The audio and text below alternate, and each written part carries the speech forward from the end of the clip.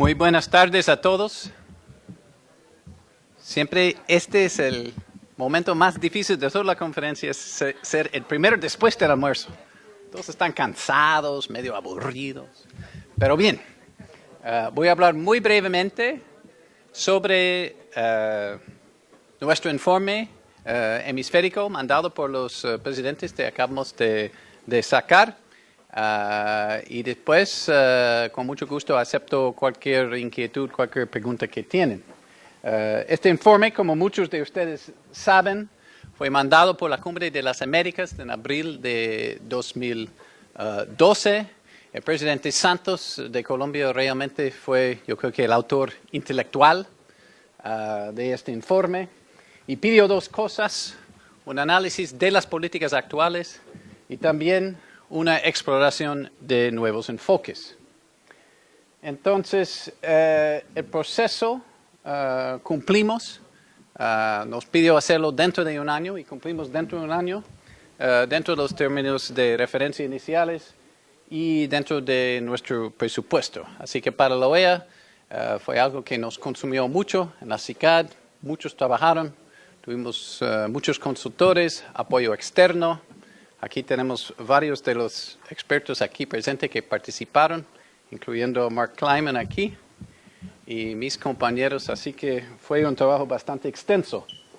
Hay dos informes que salieron, el informe analítico y el informe de escenarios, y dentro del informe analítico hay 6 estudios individuales, en total son unos 400 páginas. Así que es bastante extenso. Se puede encontrarlo en el sitio web de la OEA y esperamos que sirva como un insumo para el debate en los próximos años sobre el problema de drogas en las Américas. El informe analítico es más bien técnico, es un análisis del panorama hemisférico. Yo mencioné que cubre 6 temas básicas. Los temas son drogas y salud pública, y quería destacar también el gobierno de México, que realmente lideró todo el trabajo en salud pública. También el tema de seguridad, drogas y seguridad. El tema de drogas y desarrollo, que es un tema muy importante y nuevo. El tema de producción y oferta de drogas. El tema de la economía de narcóticos también, que fue un esfuerzo del gobierno de México. Y las alternativas legales y regulatorios en que Mark Kleiman y otros trabajaron. También tuvimos un informe de escenarios que examinó posibles futuros de drogas hacia el año 2025 bajo una metodología de unos consultores bien conocidos, y tenemos aquí por lo menos un representante del grupo de escenarios aquí con nosotros. Julius, debe haber otros también. Bueno, en total tuvimos unos 350 personas quienes trabajaron en este informe. Logramos insumos de muchas organizaciones como la OPS. Creo que Luis está con nosotros. Ahí está, Luis fue muy activo en el capítulo sobre drogas y salud pública. El BID, el Banco Mundial participaron, la CEPAL. Las Naciones Unidas hicieron grandes contribuciones y obviamente muchos académicos, también muchos oficiales de gobiernos de nuestros Estados miembros y el equipo de la CICAD.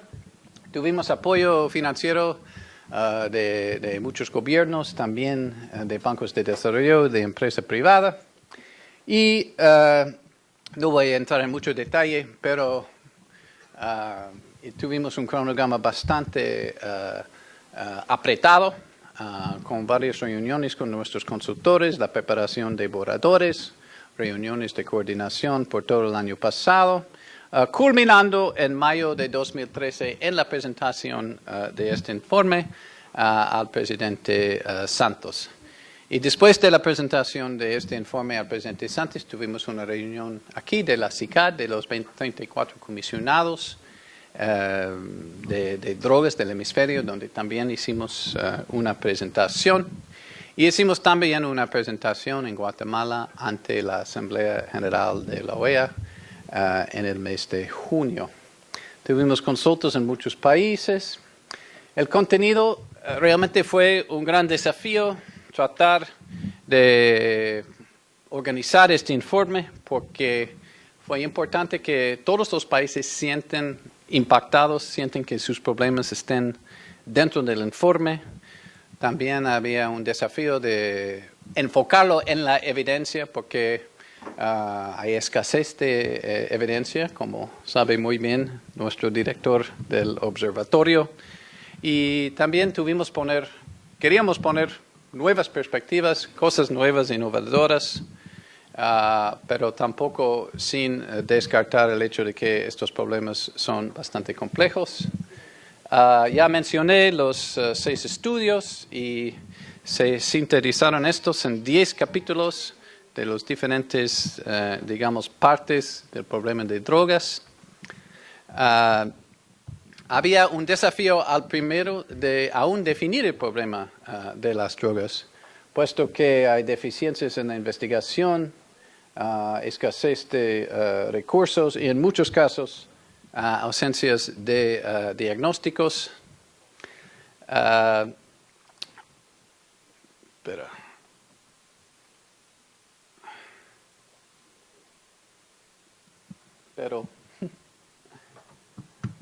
Pero bien, en cuanto al consumo, lo que concluimos era que la marihuana es la droga ilícita de mayor consumo en el hemisferio. Obviamente la mayoría de los que consumen utilizan esa sustancia, pero también hay otros problemas, las drogas de fármacos, las drogas sintéticos. Hay surgimiento en ciertos países el uso de heroína y obviamente todos los países sufren el problema de alcohol, especialmente entre los menores. Hicimos un gran enfoque en los servicios de prevención y tratamiento.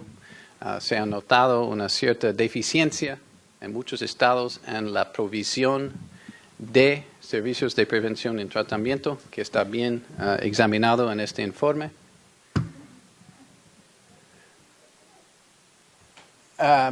Sobre el tema de drogas y desarrollo, se notaba que hay factores realmente muy importantes que tienen que ver con la cohesión social, los ambientes de riesgo, que implican una relación muy estrecha entre el tema de drogas y desarrollo.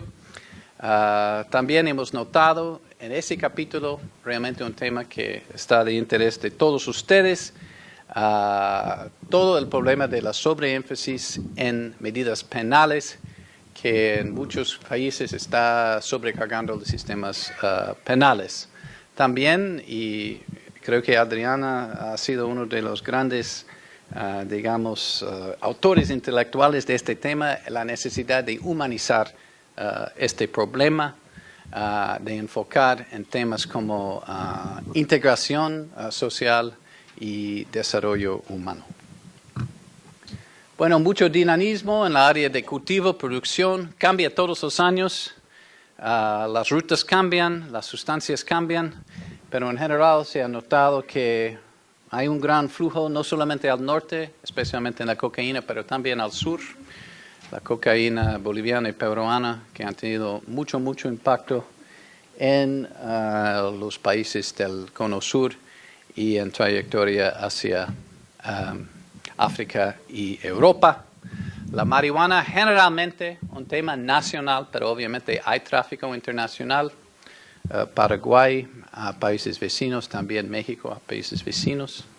Y una preocupación grande por el crecimiento de sustancias sintéticas y químicas.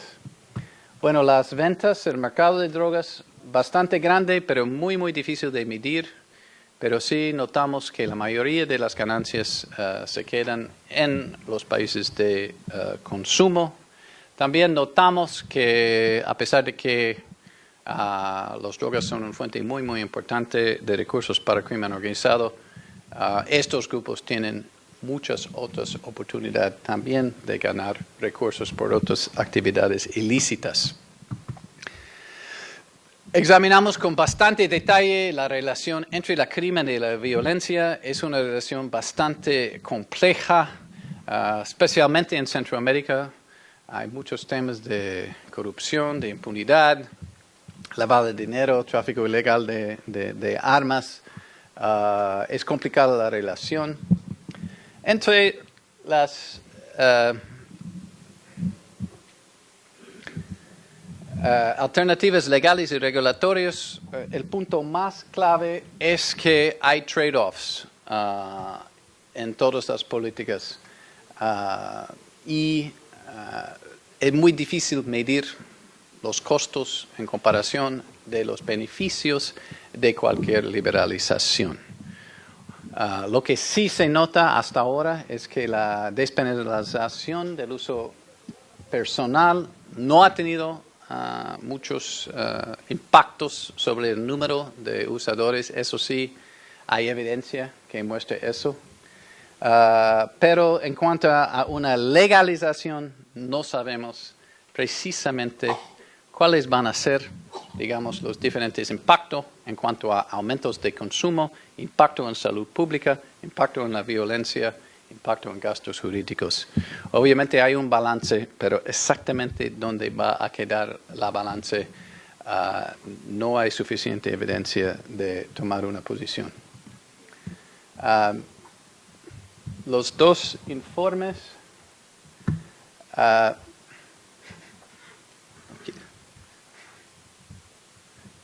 como loco esto. Los dos informes de analíticos y escenarios, yo los mencioné antes, y a pesar de que fueron preparados más o menos independientemente, tienen algunas cosas en común. Y llegaron a algunos de los mismos, yo no diría conclusiones, pero enfoques. Y uno de esos era la necesidad de enfocar en fortalecimiento institucional en casi todas las áreas, seguridad, salud en particular, administración. Había realmente un déficit bastante fuerte en el hemisferio, en el tema de fortalecimiento institucional. También tanto los escenarios como el informe analítico enfocó mucho en los temas de salud y también en los temas de actividad comunitaria.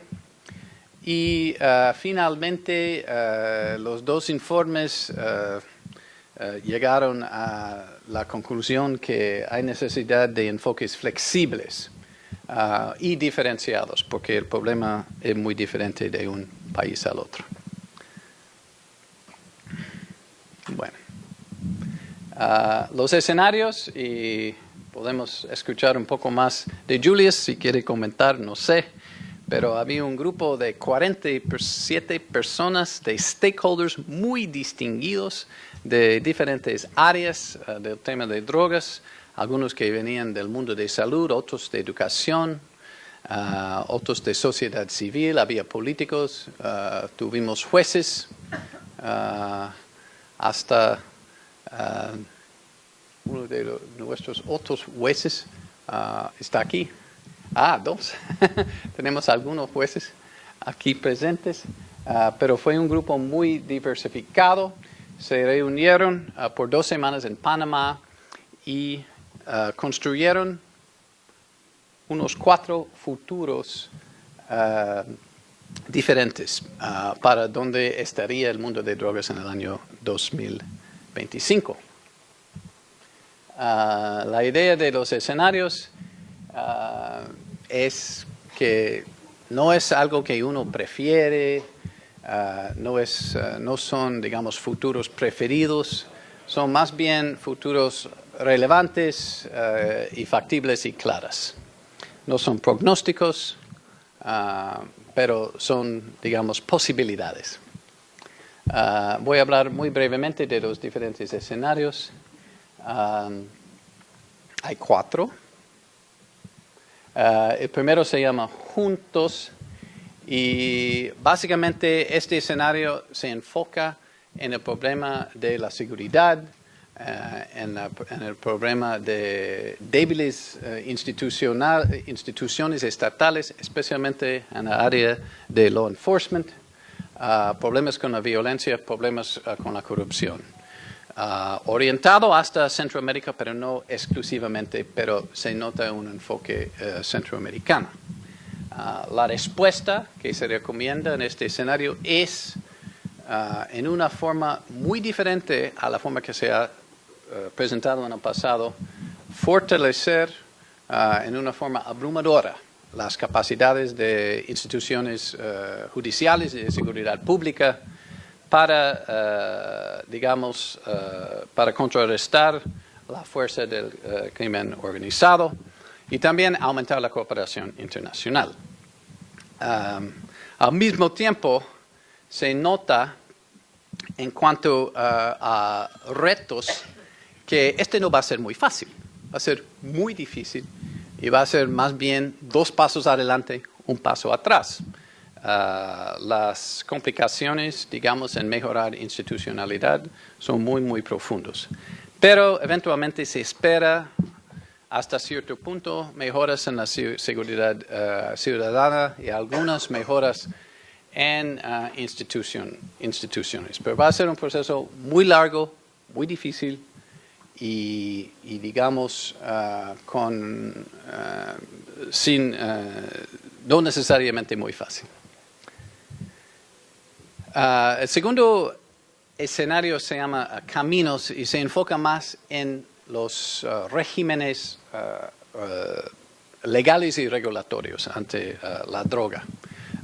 Hay países que empiezan a experimentar con la liberalización, despenalización y hasta legalización de la marihuana. Otros se enfocan más en áreas preventivas. Entonces van por diferentes caminos. La idea un poco es más o menos lo que está pasando ahora en lugares como Colorado y Washington. Mirar qué está pasando si se empieza a liberalizar la droga. Las oportunidades obviamente son tratar de desarrollar mejores políticas, ver si se puede reasignar algunos recursos que ahora están orientados, digamos, hacia el control, más hacia la parte de salud, y tratar de eliminar mercados ilegales. Pero como en los otros escenarios, no es muy fácil y los resultados no son muy obvios. Hay riesgos de esta experimentación y se nota en el escenario que el consumo puede ir subiendo. Hay peso sobre los sistemas de salud en estos países y los grupos criminales se adaptan. Entonces, se puede ir avanzando hasta cierto punto, pero no es eso es un escenario necesariamente completamente bonito tampoco. Pero por lo menos se puede aprender algo de este proceso de experimentación. La tercer escenario, y creo que Julius tuvo un papel muy importante en la creación de este escenario, y creo que el Wes Flores también, ¿dónde está? Rogelio, ahí, también que fue uno de los miembros de nuestro equipo, es de resiliencia, que define más bien el problema de drogas como un problema de institucionalidad pública y que mire más bien que el enfoque debiera ser una respuesta de la sociedad civil para enfrentar el problema. Entonces, se trata de organizar programas comunitarios de prevención, de salud pública, como un bottom-up approach para resolver el problema, reconociendo que los gobiernos a veces no tienen las capacidades de resolverlo, más o menos los ciudadanos lo toman en sus propias manos. Este escenario, bueno, también tiene pasos adelante y pasos atrás. Se empieza a crear sociedad civil en ciertos países, pero también se nota que no es tan fácil y que la sociedad civil no puede resolver todos los problemas. Entonces, todavía existen debilidades, pero hasta cierto punto se fortalece la sociedad civil y se empieza a fortalecer algunos de estos programas, especialmente de prevención. El escenario, esos tres escenarios eran más o menos los, digamos, los más factibles. El cuarto escenario era más bien el escenario que todos querían evitar, el escenario tal vez de lo que pasaría si no se empezaba a implementar algunas reformas en los otros. Y este escenario define el problema como y está enfocado básicamente en Centroamérica, pero es un problema, es un escenario en que los grupos de crimen organizado empiezan a dominar el mercado y que los gobiernos sienten un poco, digamos, muy débiles para responder. Entonces, algunos países simplemente ceden el territorio a los grupos criminales. Obviamente es algo que uno no quiere que pase. Hasta cierto punto es posible una disminución temporal de la violencia, posiblemente alguna liberación de recursos, pero la cooptación de los estados por medio de los grupos criminales es algo muy complicado creado por este escenario y básicamente la creación de narcos-estados en nuestra región. Entonces, este escenario es lo que se quiere evitar y por eso se quiere ir, digamos, mirando nuevos enfoques.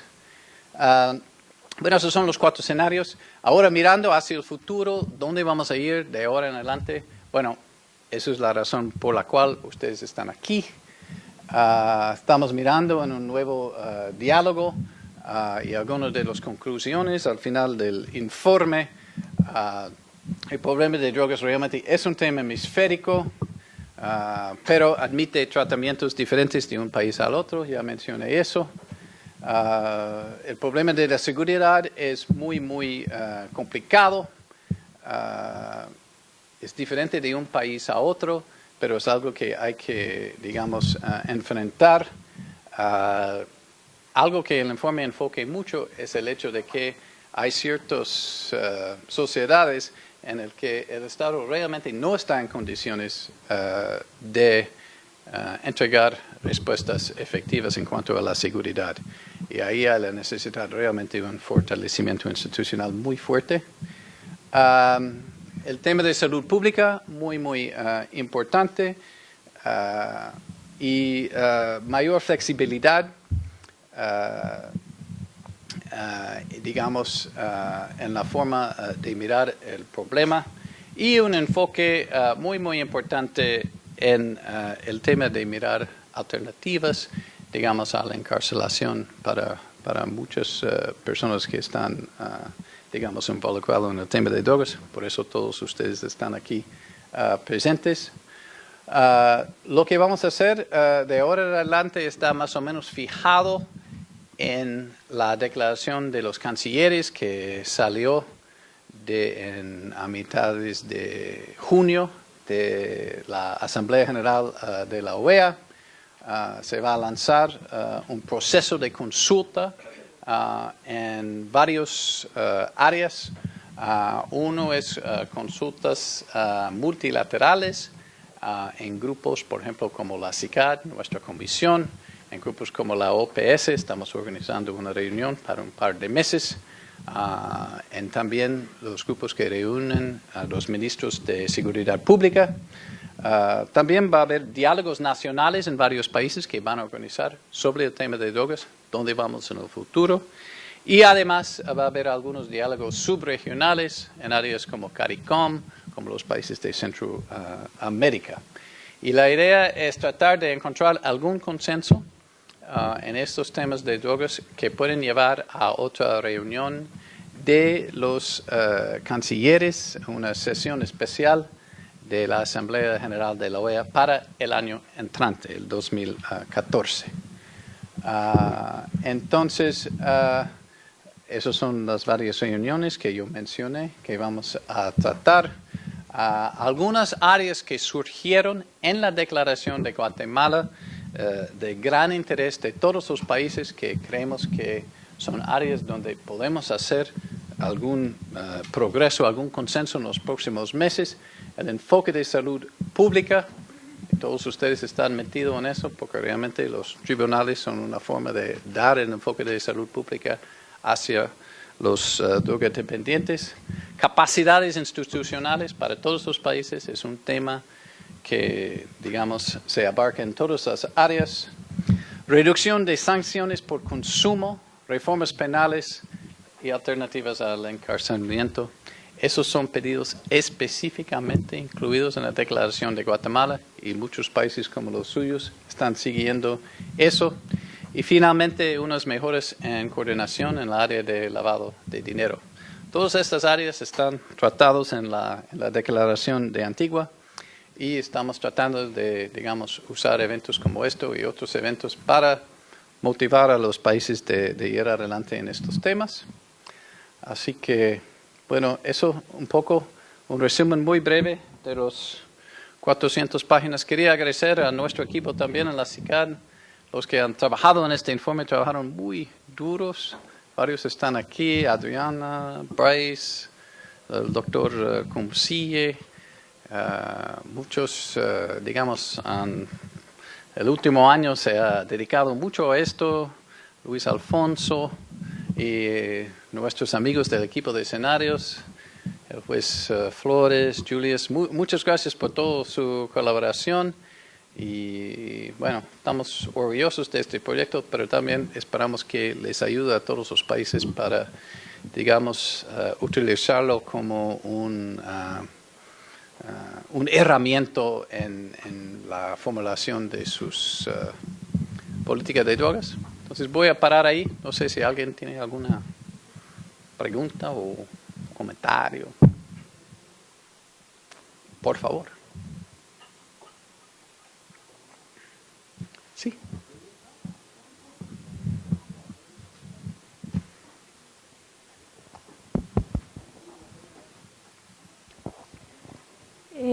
Claudia Román Ruz, de Salta, estoy a cargo del área sanitaria de la provincia de Salta, de Argentina. Bueno, en realidad felicitaciones, es un informe más allá del poco tiempo, bastante completo, incluso hay algunas declaraciones en las cuales todavía no hemos, como la antigua Guatemala, que nos vamos a poner en contacto para trabajarla. Pero también quería fundamentalmente destacar que aunque a veces cuando ustedes trabajaron con una comisión de expertos en relación a lo que es los distintos escenarios de esta problemática, hablábamos también hace un ratito lo que implicó como ruptura esta realidad, esta problemática en los distintos sistemas, tanto jurídico como sanitario, y el TTD como una importante estrategia más allá de como modelo de cooperación y de trabajar en esto, ¿no? Como todos. Cuando uno habla, dentro de poco el doctor Cumcille lo va a desarrollar, pero cuando uno habla a nivel del observatorio de las realidades, de las problemáticas de consumo, a veces no es muy alentador porque uno ve en general el gran incremento que va sufriendo en las distintas regiones, en el mundo, y las deficiencias en las respuestas para abordar la temática.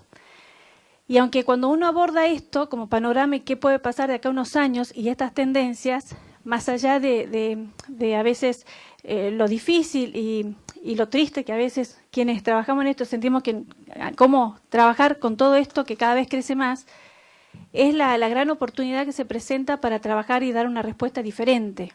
Entonces, cuando hablamos de las tendencias, sí, hay veces uno puede plantear de tendencias en relación a indicadores que crecen numéricamente desde una cuestión a veces casi frustrante, pero también como oportunidades a quienes venimos trabajando para mejorar las respuestas, tanto el TTD como estrategia, pero fundamentalmente, hablaba también el juez hacía muy poquito del paradigma, de generar estos paradigmas diferentes que nos permitan cooperar y trabajar en forma conjunta para trabajar fundamentalmente desde una visión más humanizante en todos los sistemas, ¿no? No solamente el jurídico, sino también en los demás sistemas que formamos parte de una sociedad.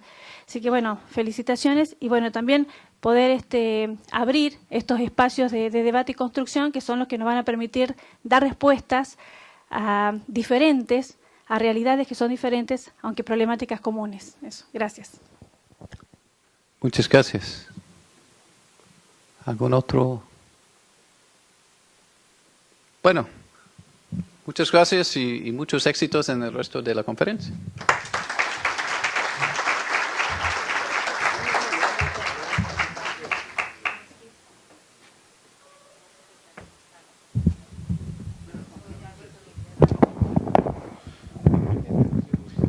El señor este que viene ahí. Sí. Oh, ¿y esto? ¿Lo vamos a dejar? ¿Lo tiene? ¿Lo podemos dejar acá? Sí, está bien. Sí, está bien. Ok, está bien.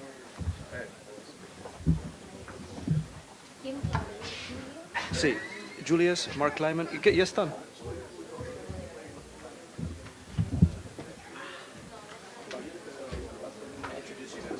Okay, good.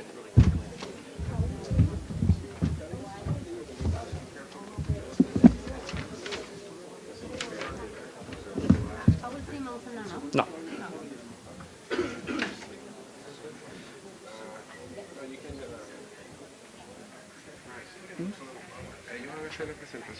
No, acá. ¿Ha aprendido? Sí. Sí.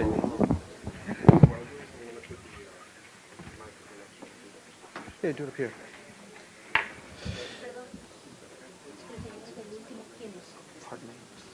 Hartman. Buenas tardes, señores y señoras. Me llamo Bryce Pardo, soy funcionario de la CICAD y parte del equipo que diseñó y apoyó el informe sobre el problema de las drogas en las Américas de la OEA.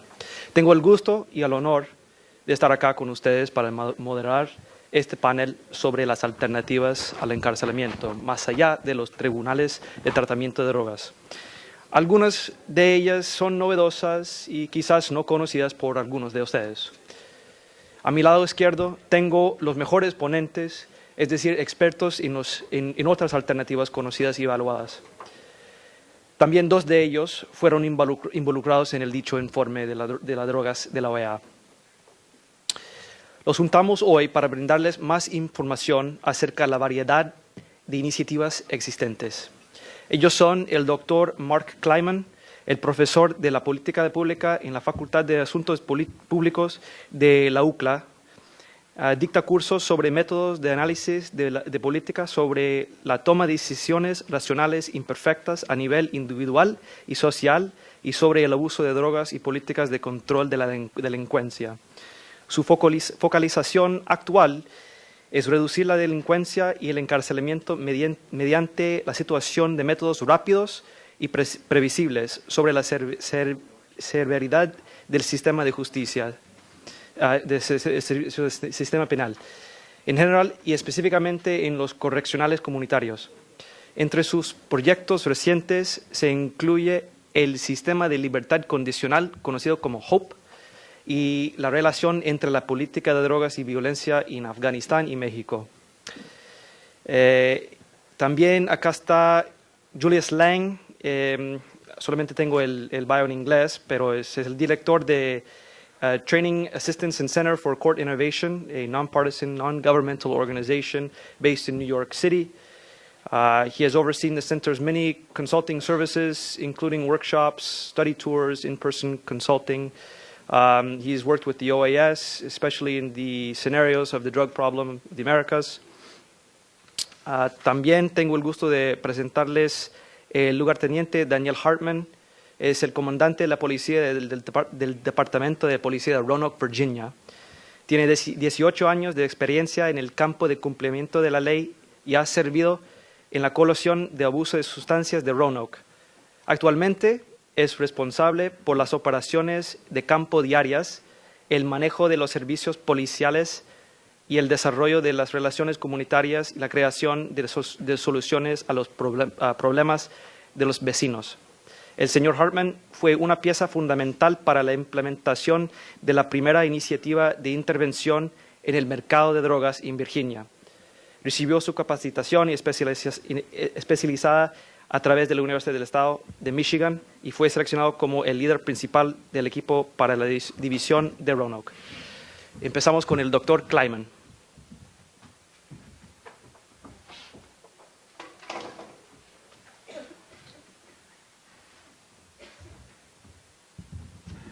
Thank you very much, Bryce, and thanks for arranging this. It's a great honor to be here to follow Ambassador Simons. Great pleasure to address all of you. I apologize for the linguistic limitations that forced me to address you through services of a translator, but I'll try to go slow. And Bryce, you'll give me a 5-minute warning? Thank you. So my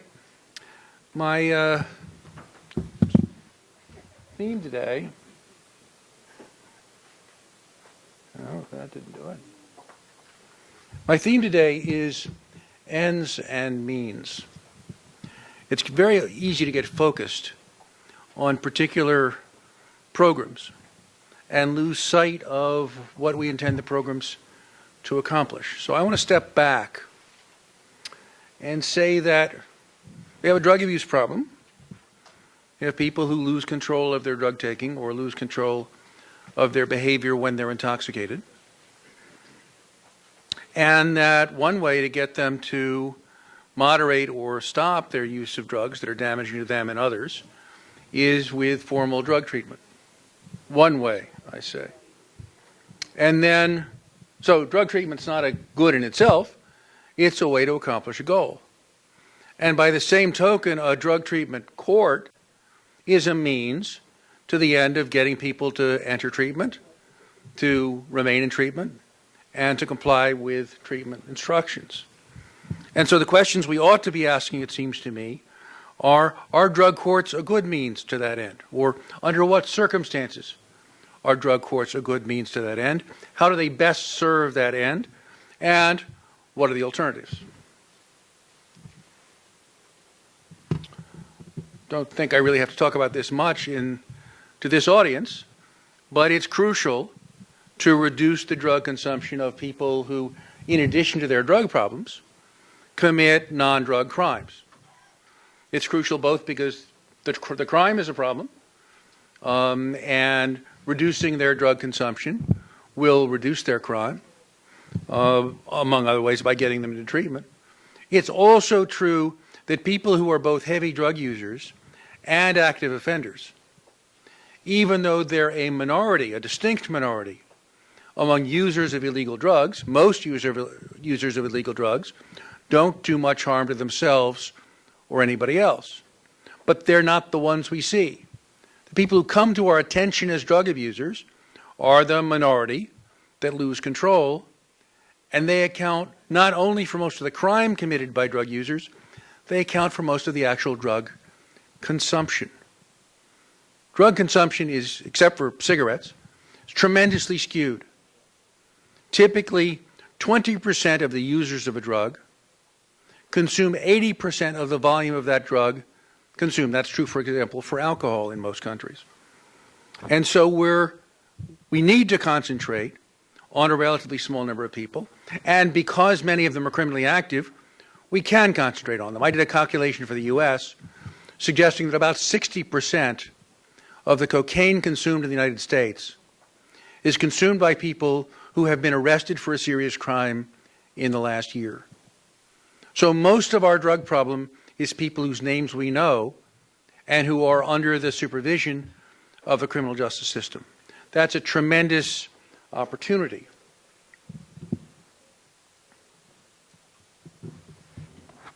Oops. All right.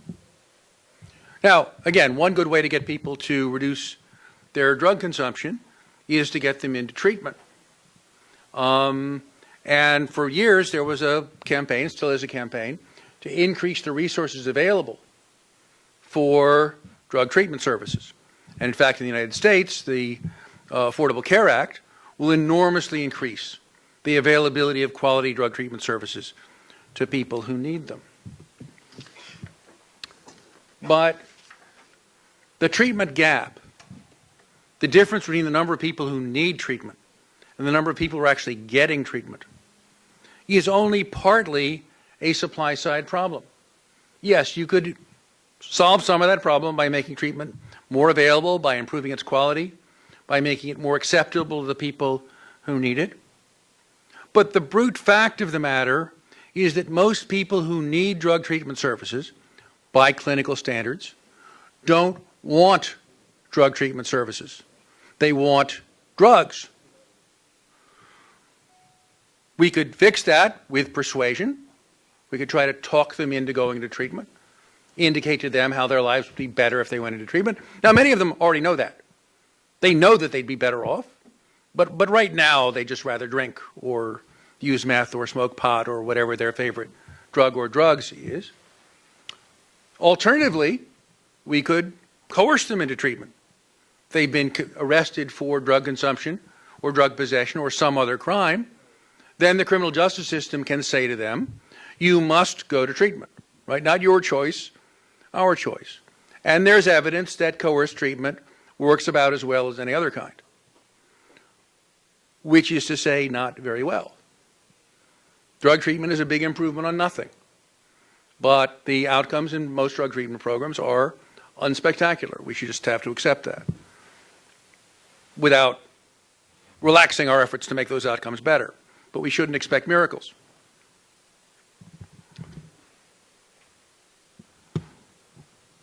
But if we think of treatment as a means to an end, to the end of getting people out of drug trouble, we will recognize that it's not by any means the only or even the most common means to that end. We did a survey of the United States right now. We would discover that about 8% of all adults suffer from a diagnosable substance abuse disorder. Most of that is alcohol, but some of it's illicit drugs or a combination. Those are people in need of treatment. They have a clinical disease.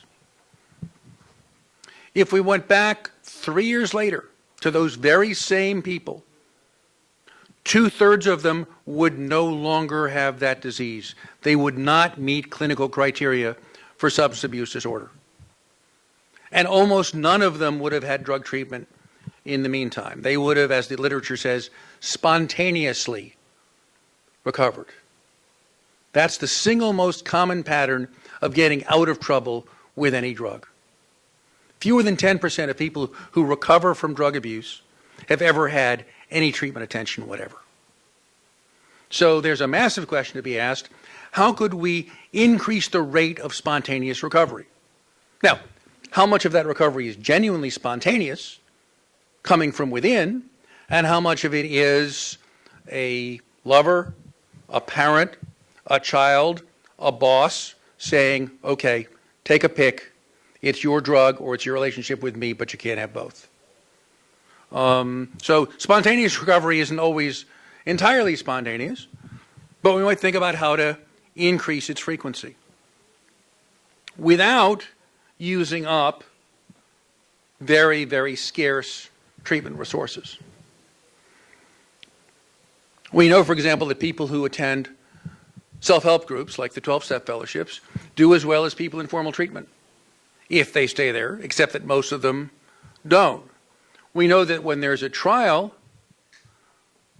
programs that require people to stop using drugs and enforce that requirement do better than formal treatment programs. So let's think about ways to manage drug-involved offenders. Sorry. We can think of two dimensions. Some of these programs have continual judge involvement with the person with a problem, and some don't. There's always got to be a judge involved before somebody can enter the system. But sometimes the judge is right on top of it, and sometimes the judge is not. We can also distinguish on a different dimension, which is what we're mandating. Are we telling people, you must go to drug treatment and do what the drug treatment counselor tells you to do? Or are we saying, you must stop using the drug that you've been using that's a problem for you and everybody else? So that's the distinction I want to make between a treatment mandate and a desistance mandate. And as I say, I think the evidence is pretty clear that when you can do a desistance mandate, right? Somebody's just got a drinking problem, hasn't committed any crime, there's no way to force him to stop drinking. If he's committed a crime, then as a condition of probation, you can say you have to have an alcohol test twice a day. That's the 24/7 sobriety program in South Dakota, which reduces drunk driving by 50% over 2 years, even though the program only lasts for 90 days.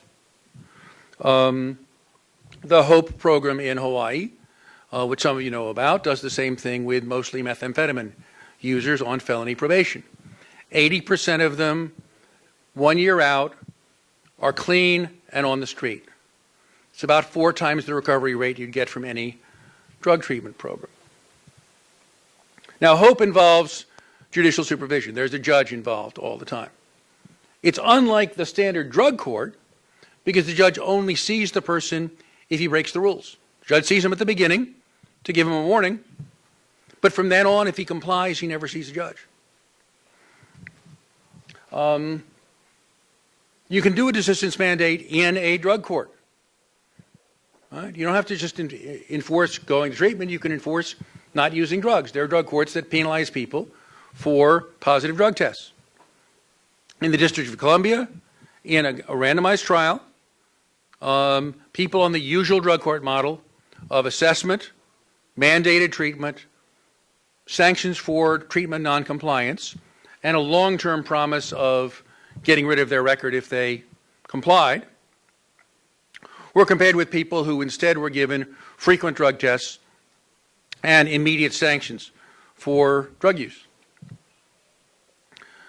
Randomized trial, the treatment track cost 3 times as much money per person as the sanctions track and produced half as good results.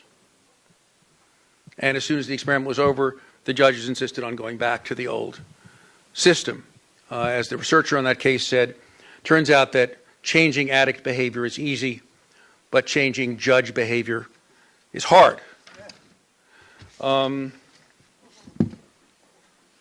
there are varieties of mandated treatment programs, right? The drug court is in some sense the last stage, right? You don't need a judge involved. There are lots of programs, like the TASK program in the US, that say to people, you committed a crime, you have to go to drug treatment. And the problem with that is that they don't. And the probation officer isn't going to do anything about it. The other problem with diversion programs is that it wastes treatment resources. If you insist on assessing everybody and treating everybody, then you can't give much treatment to anybody. What drug courts have demonstrated is that judicial involvement can improve compliance. It can also make more resources available to the people in the drug court. But of course, drug courts don't create any treatment capacity. All they do is borrow it from everybody else. So there are jurisdictions with active drug courts where any poor person with a drug problem who hasn't committed a crime can't get any treatment because it's all going to the drug court folks. Again, somebody wants to talk to me later. At least four times we've done randomized trial on abstinence mandates, and they all come out big winners. All right, so how do they work? Clear warnings. An assignment not to use drugs, frequent testing, and a promise of swift and certain sanctions. Right? This is based on the principle first laid out by Cesare Beccaria in 1750, that swiftness and certainty are far more important than severity when you're asking whether a punishment will change behavior. All of these programs involve formal treatment, but only if people ask for it, or if they repeatedly fail and demonstrate that they need it. So instead of doing a clinical assessment, we do what Angela Hawken at Pepperdine calls a behavioral triage. You want to know whether somebody's really got a drug problem? Right? The definition is continued use despite adverse consequences. Set up the adverse consequences, observe the continued use. That's about 15% of the people will fail 3 or more times. Well, now you've made your diagnosis. And those people can be sent to high quality, high intensity treatment where the outcomes are pretty good. I won't go through these, but everything we know about human behavior and particularly recovery from substance abuse supports the mandated abstinence model.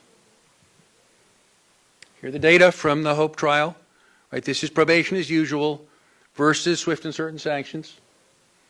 Drug use down, missed appointments down, revocations down, incarceration down. Sorry. There we are. All right. Just one more thing to say before I totally exhaust my time. Drug treatment is expensive and scarce. Judge time, courtroom time is expensive and scarce. Drug courts are profligate in both of them. Mandated abstinence programs can be economical in both of them. In the United States, a typical drug court judge can manage 50 or maybe 75 clients working full-time because he sees the people once a week or twice a month, whether they've got a problem or not. Under a desistance mandate program where the judge sees somebody only in case of a violation, the average Hope probationer uses 20 courtroom minutes a year. A single judge with his usual staff of clerks is now managing 2,200 offenders in a single courtroom in Hawaii. That is a program that you could do at a scale that's relevant to the scale of the drug abuse problem. If every drug-involved offender in the United States on probation or parole were in a drug court, every judge in the United States would have to be a full-time drug court judge. There'd be nobody left to actually do the trials. Now, desistance mandates and swift and certain sanctions are completely consistent with the drug court model. Right? There's nothing about a drug court that says you have to have a formal treatment assessment or that the judge has to enforce merely going to treatment. You could make a swift and certain sanctions program the first step in a drug court.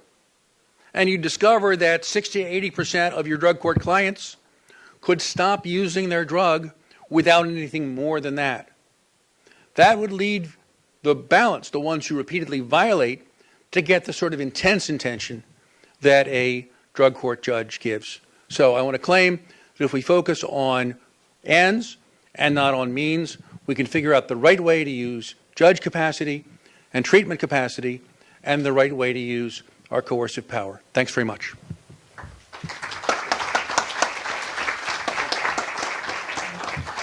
Thank you, Mark. Now I'd like to give the floor to Julius.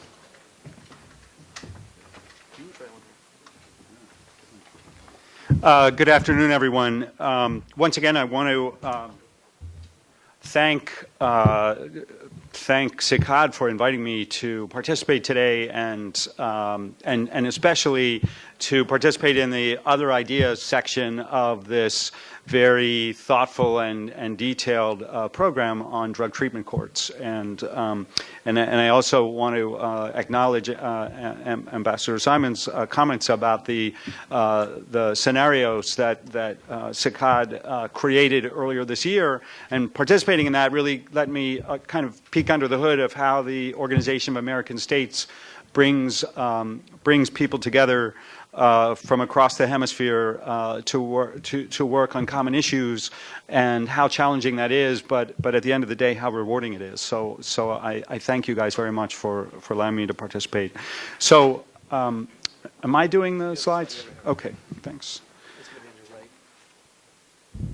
Great. So a word about the organization that I work for, the Center for Court Innovation. We're a non-governmental organization that's based in New York City. As you can see, our mission is threefold: aiding victims, reducing crime, and quite importantly, promoting public confidence in the justice system. Our work falls into three areas of practice. One is demonstration projects, where we serve as the de facto research and development arm of the New York court system. It's a very unusual arrangement in the U.S. where a private NGO has such an intimate relationship with the court system, but we are able to help them plan and implement projects such as drug treatment courts and the model that I'm going to talk about, community courts, as well as a whole range of other demonstrations. And so that's part of our work. The next part is our research. And Suvi is I don't know if she's in the room right now, but she's part of our research team. Mike Rimpel will be speaking to you tomorrow about drug treatment court research. And finally, technical assistance. I'm the director of technical assistance at the Center for Court Innovation. My colleague Valerie Rain is in charge of our technical assistance for drug treatment courts. And in that capacity, we work around the country and internationally to help practitioners focus on their own problems and learn from the experiences of others to craft solutions that make the most sense in their own jurisdiction.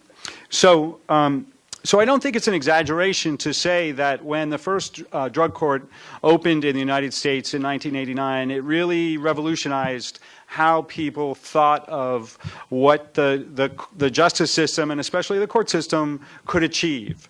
And within 2 years, there was a planning process commenced in the Times Square neighborhood of New York City to think about how the court system could work with others to address place, to look at problems, geographic problems, and have an impact on an area where there was a high concentration of crime, since drug courts were showing that courts could have an impact on people who were experiencing high rates of recidivism.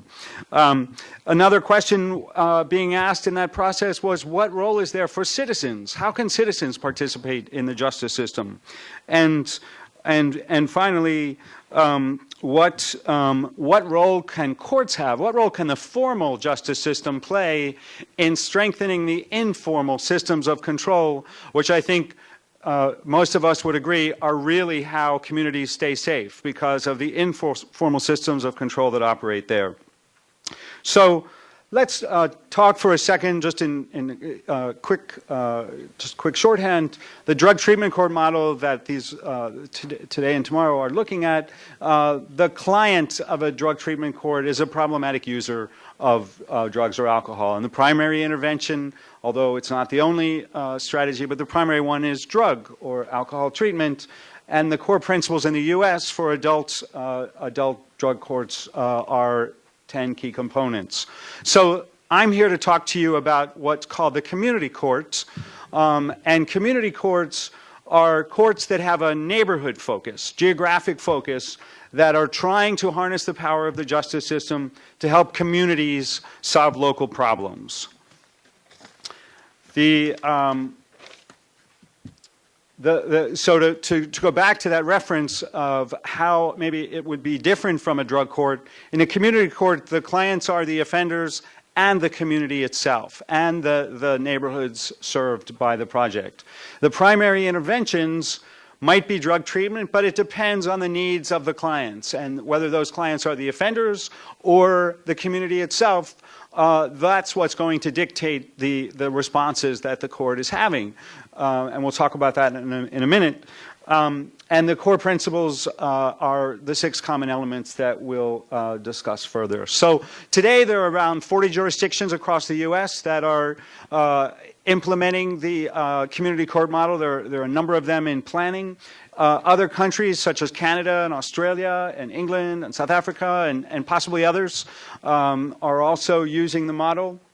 And so what are the theories here that operate that kind of animate the community court? So first of all, it's changing offender behavior, using treatment, using the deterrence that the justice system has available to it, and something called procedural justice, which focuses on the fairness of the process. And we'll come back to that, and Mike Rimpel will be talking about that tomorrow. But those are ways that community courts are trying to change offender behavior. The next component of the theory underpinning a community court is what's called community justice. What impact can a court have on crime in a neighborhood? How can the court be restorative?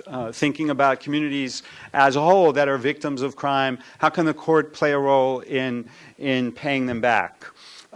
Citizen engagement. What role is there for the community in planning this intervention, and what role is there for the community on an ongoing basis?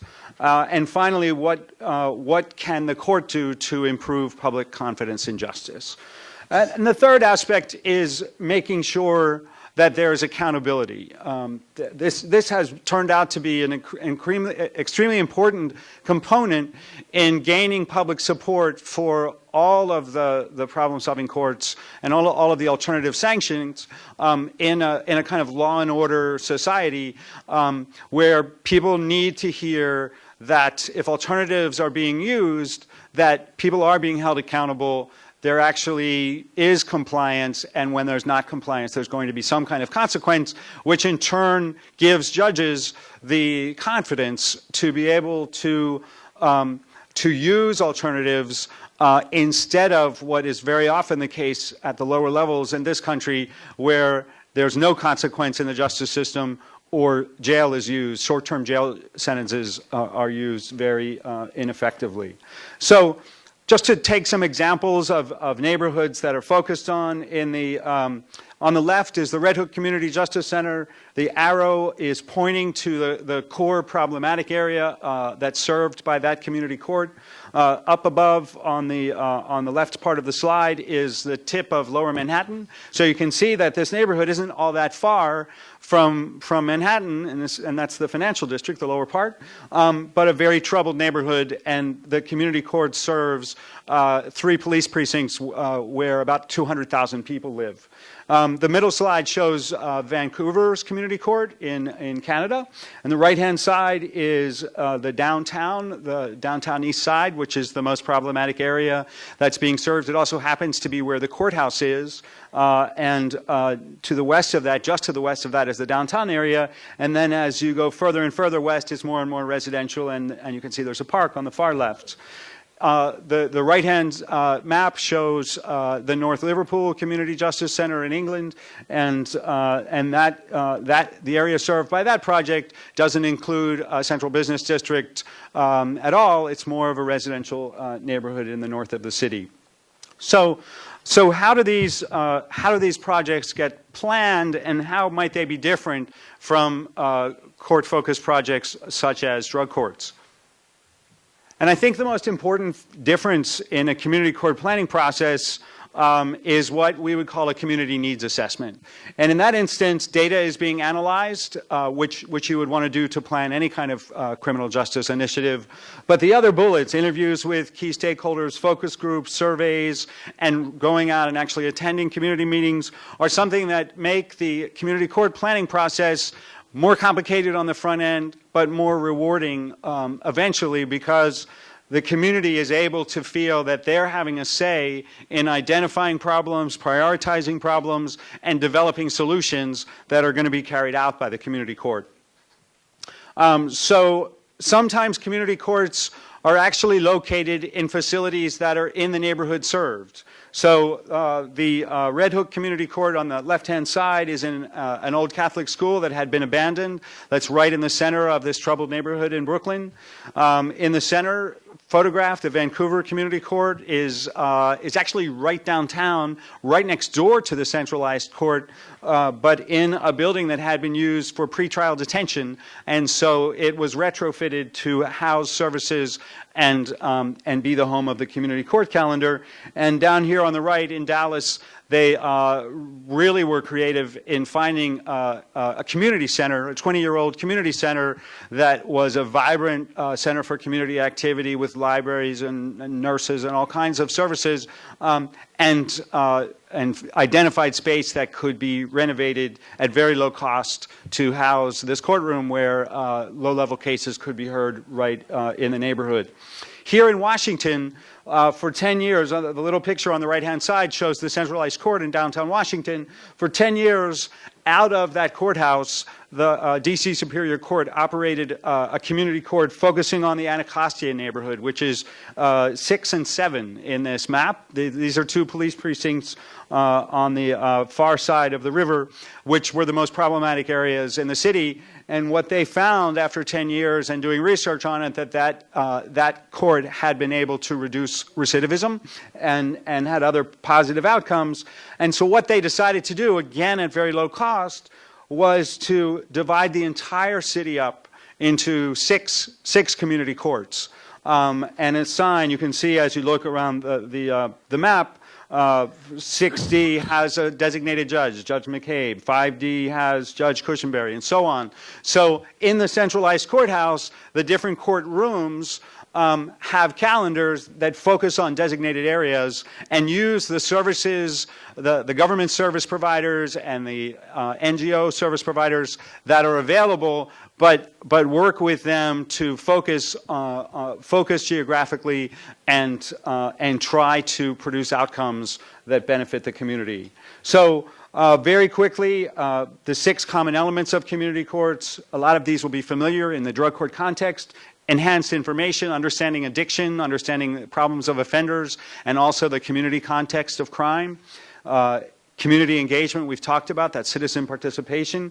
Collaboration, this model isn't saying that court systems should get into the business of providing drug treatment or any other services.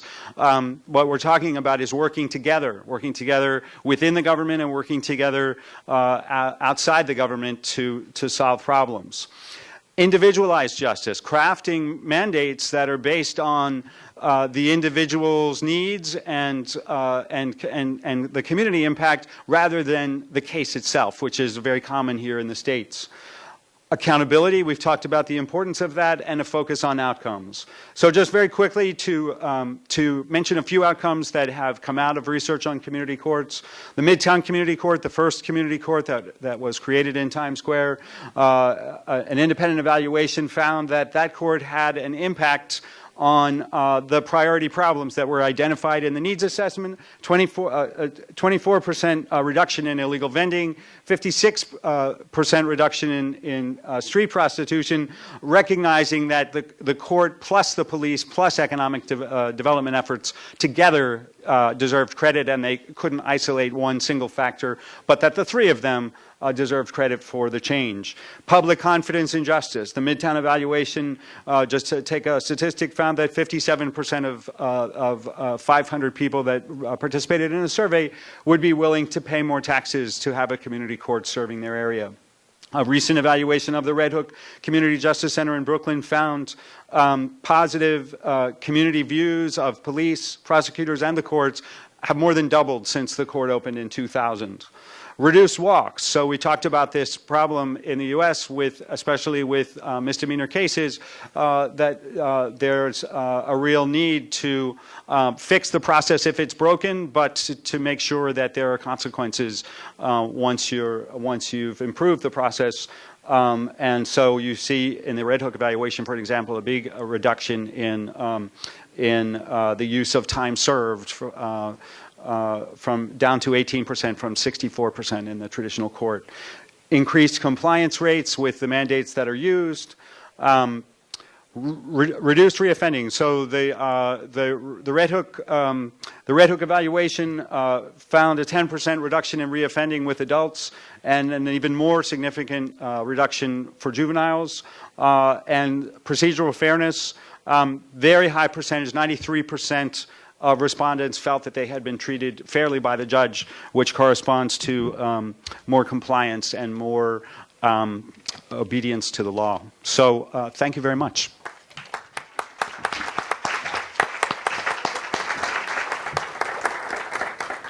Ahora tengo el gusto de presentar al lugarteniente Hartman.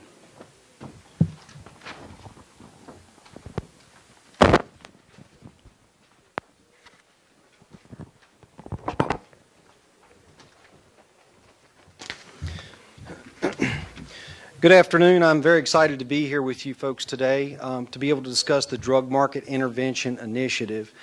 During the brief time that I have with you, I thought I would kind of give a brief understanding of what DMI is, how it's implemented, and how it makes a difference in the overall community and gives an opportunity to lower level offenders to avoid prosecution in our court system. It's a very interesting concept. So Dr. Kennedy is the one that actually came up with the initial start of the DMI, which means it focuses on overt drug markets and the violence associated with those markets. And Dr. Kennedy looked at it and said the traditional role of policing, it just wasn't getting it done. Basically, if you think about the police department, responding to an address for narcotics distribution, and they would put on their heavy gear, and they would go through the front door, and everybody gets placed in handcuffs, and in the corner there's that little 6-year-old girl sitting watching the police department handcuff their mom and their dad.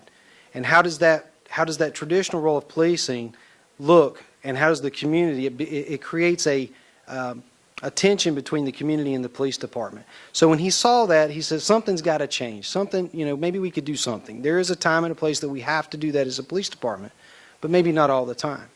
So Dr. Kennedy partnered or teamed up with Michigan State University and BJA, Bureau of Justice Assistance, and they put together a training module.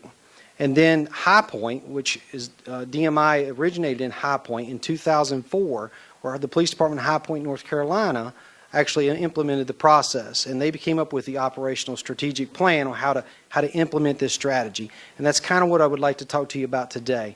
In 2004, when they implemented this in High Point, they did it in the West End community. After 4 years, they noticed an average of 57% in violent crime reduction, which is quite significant. So they went ahead and did it additional 5 more times over the 6 years. And they also noticed very similar results with 50+% reduction in violent crime. Now how this works is you start off, in order to identify a neighborhood, you need to start off by crime mapping. It's got to look at data. So we see if High Point had that success, wouldn't it be important to look at it in other police agencies? So Michigan State University, along with BJA, decided to pay for the training. And 26 localities throughout the United States have had the training up to this point. So it's relatively new. The first process in the initiative is you look at crime data. Once again, you identify that neighborhood. Where is it? Where's the problems at? Where are the houses at? Who are the players? Is there an active drug market? Once you identify that location, and it's based off data because that supports why you're there. And often police departments go into communities and enforce laws, and they don't really understand why are they there? What are they here for? And that creates a lot of racial tensions and community tensions with the police department. So by being able to look at raw data and say this is how it works and why we're here, that helps focus us in the right direction and helps build those relationships. Once the location is identified, you move into what's called the survey. You look at who the offenders are, where the houses are, who's responsible for it, and you create a list of individuals that we know are dealing in that neighborhood. Look back into your reports, your police reports, that's called incident review.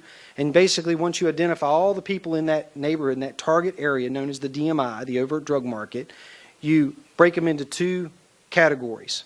There's an A-lister and a B-lister.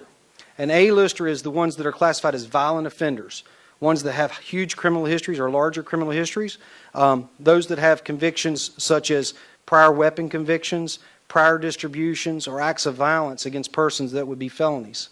Those individuals are classified as violent offenders. Those individuals need to be off the streets. They don't need to be out here creating havoc for the community. On the other hand, then there's those lower level offenders. Those that are just beginning to work their way into the drug market, that are trafficking drugs and narcotics, that the people that's been in it a while are kind of pushing that it's a culture, that it's a cool thing to do, that there's money involved.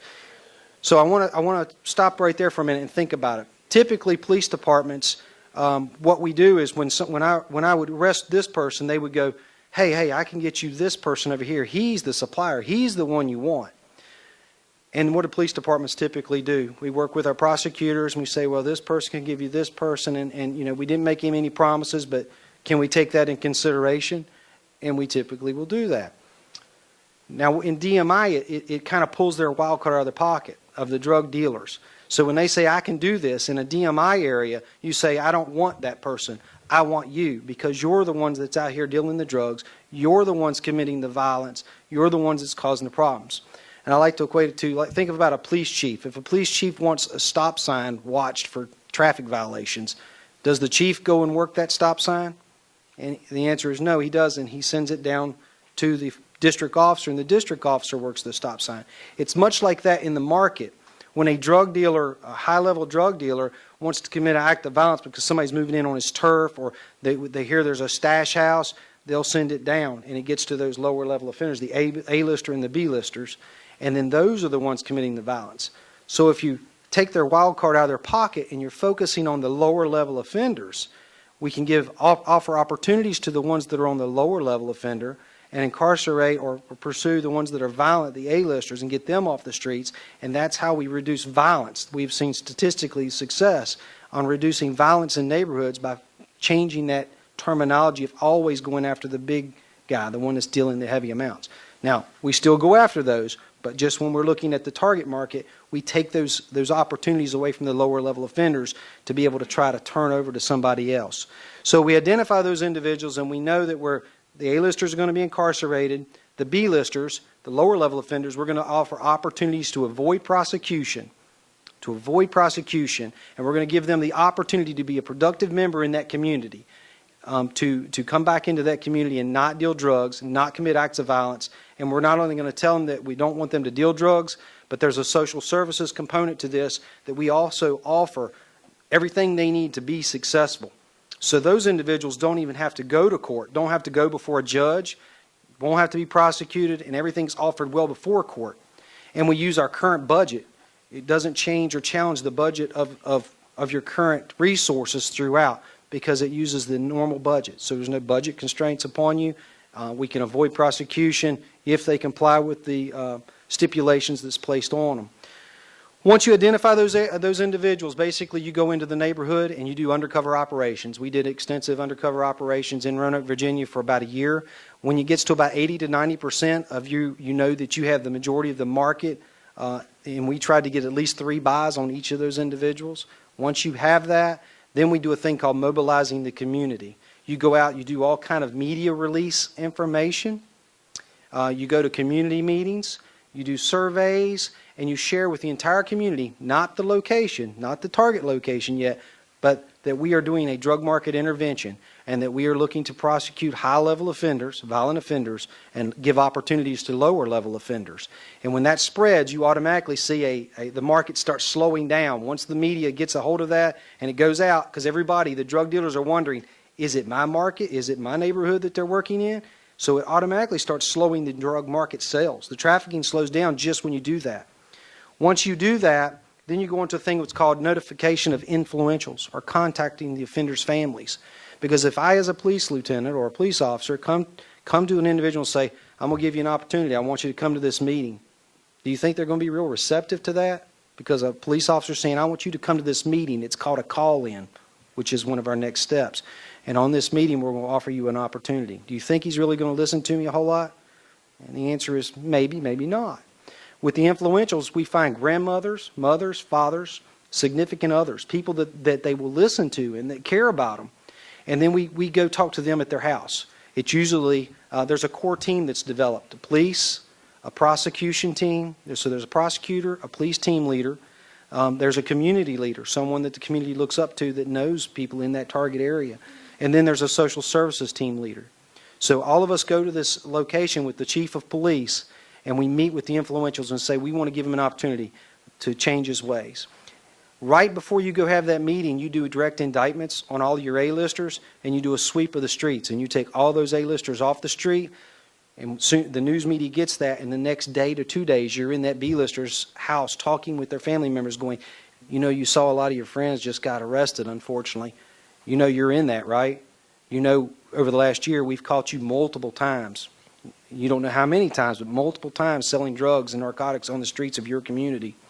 And we're going to give you an opportunity to avoid prosecution, to stop dealing drugs and be a productive part of this community because you're a lower level offender. And the community wants to give you this shot. They want you to be part of their community. And the way you do this is you come to this call-in. So you got the chief of police comes to the house with that team that we just talked about, and he hands him a letter, and he says, if you come to this call-in, this date and time, I promise you, you will not be arrested. This is not a trick. This is not a hoax. This is for real. You're getting an opportunity of a lifetime to avoid having to go to prison, to avoid a felony conviction on your record. If you show up, we'll know you're interested. And if you don't, then you will have to face the consequences of what comes in the future. Every one of the B-listers showed up at this thing called the call-in. And the call-in is the most unique portion of this. Imagine a big table at the front, much like this. And at that, you have the police chief, you have the police team leader, you have a state prosecutor, a federal prosecutor, you have the community leader, you have a defense attorney. And basically we go down the line and say, look, your days of dealing drugs are done. And there's three things you can't do. You can't deal drugs anywhere, any place, anytime. You cannot commit any felonious acts of violence against any person anytime. And you're going to go to a two-week life college, and that gives us the opportunity to see where you've been in your life, where you're currently at, and where we want to see you go. Where do you want to be in life? And then we strategically plan a plan around that individual to keep him involved in a productive life instead of the life of dealing. At the call-in, the defense attorney says, I've had an opportunity to review your cases, and they're all good. They've got video, they've got audio, and I really can't defend your case. It's going to be tough.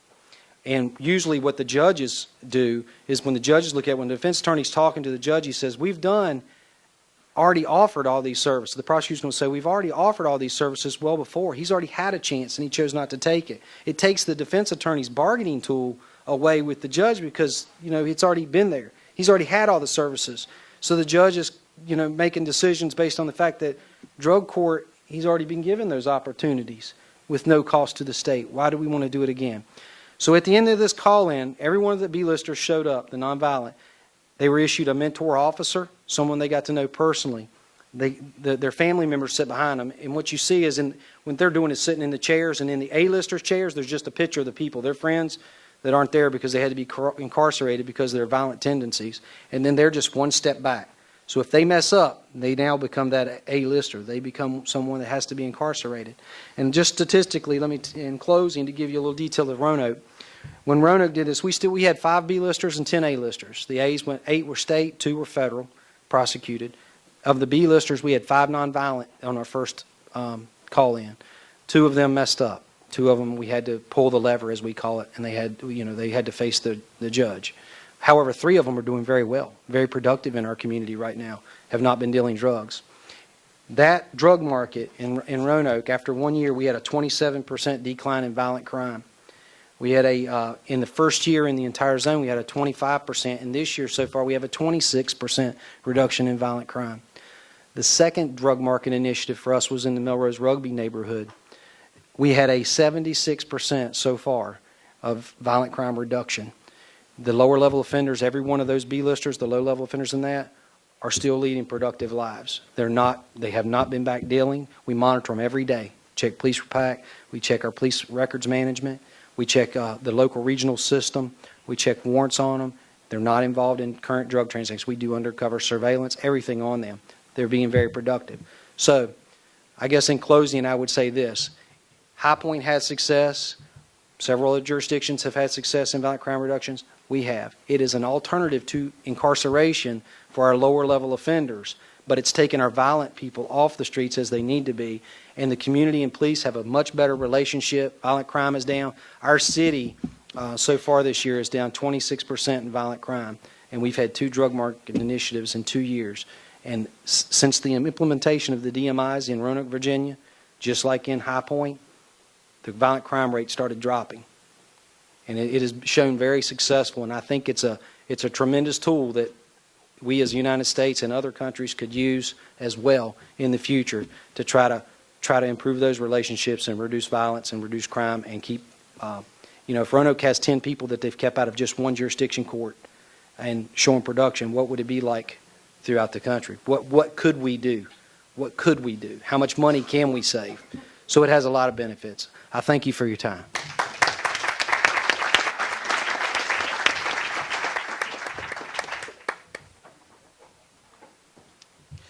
Ahora queremos abrir la discusión para preguntas. Si alguno de ustedes tiene una pregunta, por favor.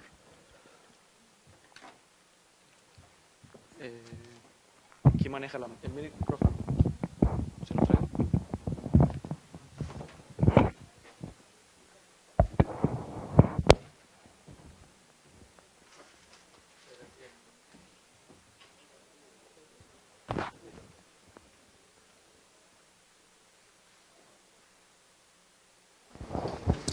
Muchas gracias.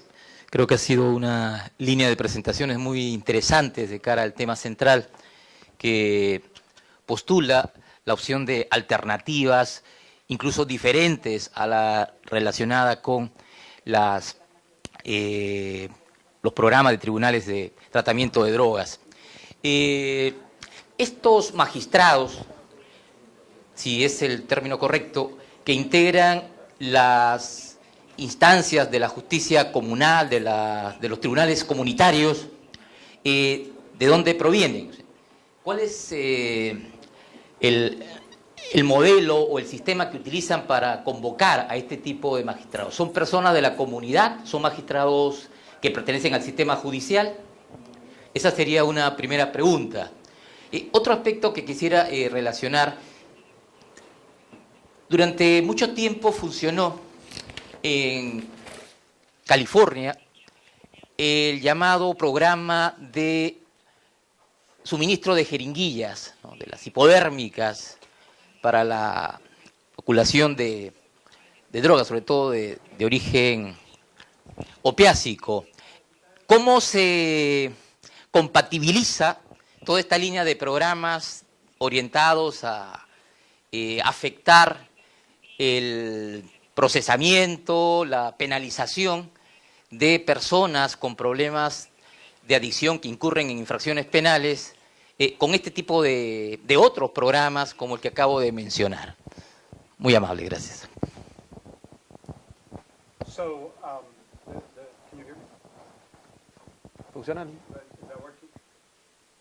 Can everybody hear? Yeah. Okay. So the part of your question that relates to how community court judges are selected, they are just part of the bench. They're regular judges. They're part of the system. They're not judges that, you know, come from the community. They're official judges who serve in this way with this focus. Any other comments? I mean, I don't know the answer to your question about California, but I think that, you know, what you're hearing about here, I think, are three ideas that are different from one another and different from drug treatment courts. But as Dr. Kleiman said, and I think it's true of the other interventions as well, they're compatible with one another. They're just different strategies and different approaches to the problem. So a public health approach that's distributing syringes or having a safe injection site or other kinds of approaches, I think are also compatible with these kinds of ideas. And it very much depends on the local setting. So if in a local setting, just syringes are distributed and harm reduction efforts are made through that mechanism, that isn't going to affect what happens in the courts as such or in other programs as such. I think there's a way that there's room for a lot of ideas when you're talking about complex problems.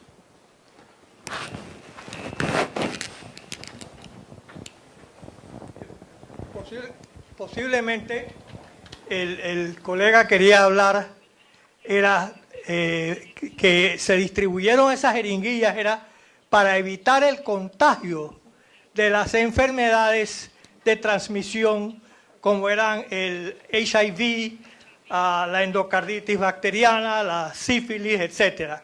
¿No es así, colega?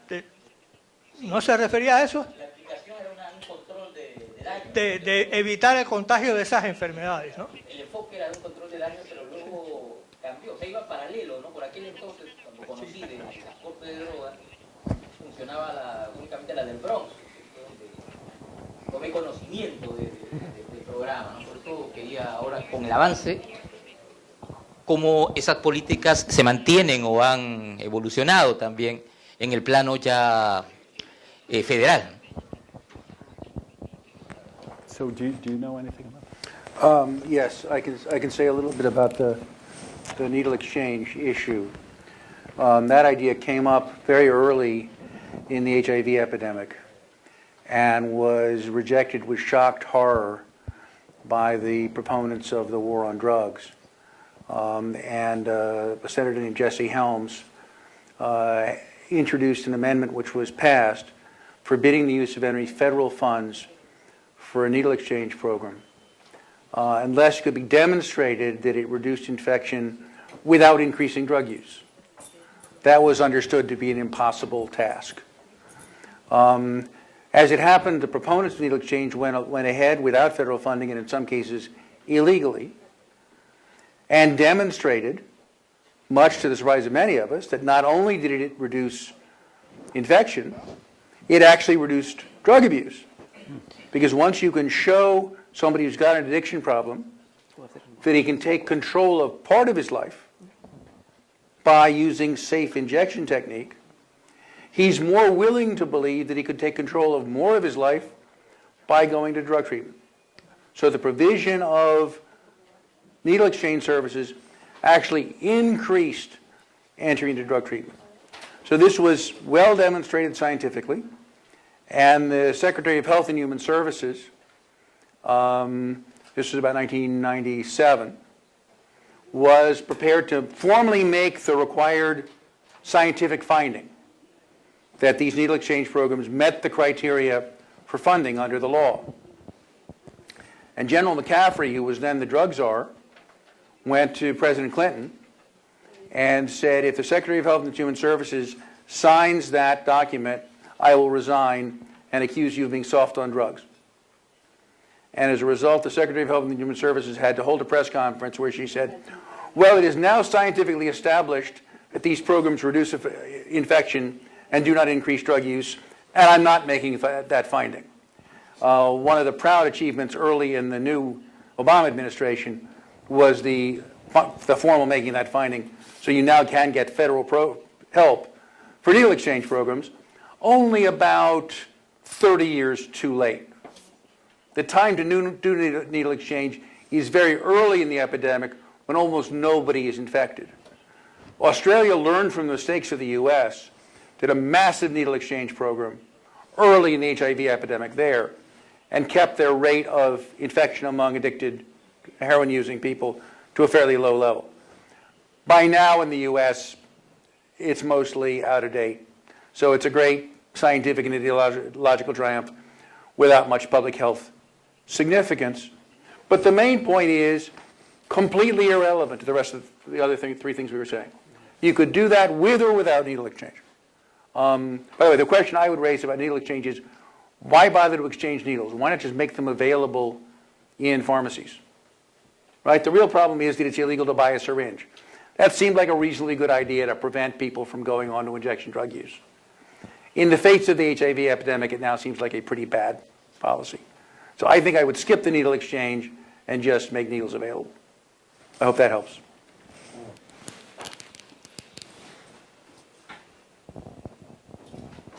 Si no hay otra pregunta. Ok. Gracias. Vamos a tomar un coffee break de 15 minutos, pero quisiera acordarles a los participantes seleccionados para la sesión paralela que va a realizar acá en el salón al lado, que vamos a estar allá después del coffee break. Los demás pueden regresar acá. Gracias.